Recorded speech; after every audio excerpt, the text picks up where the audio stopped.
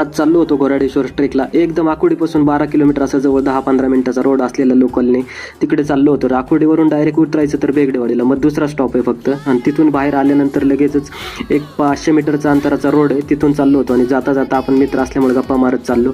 आणि एक highway road cross केला की लगेचच आपलं स्टार्ट होतं घोराडेश्वर मंदिराकडे, पाहू शकता तुम्ही.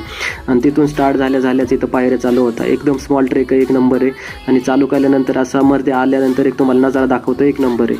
हा नजारा दाखवल्यानंतर परत चालू केला ट्रेक. आणि तिथून पुढं आल्यानंतर एकदम तहान लागली होती. आम्ही तर काही पाणी पण आणलं नव्हतं, आणि पाणी नव्हतं आणलं पण आम्हाला भेटलं. मस्त एक नंबर सोय पाणी पिण्याची वरती आल्यानंतर थंडगार. आणि महादेवाचं मंदिर एक नंबर प्राचीन, त्याच्यामुळे इथं आम्ही बेलपत्र घेतलं. आणि बघू शकता तुम्ही प्राचीन मंदिर, एकदम 2000 साल पुराणं म्हणजे जुनं मंदिर आहे.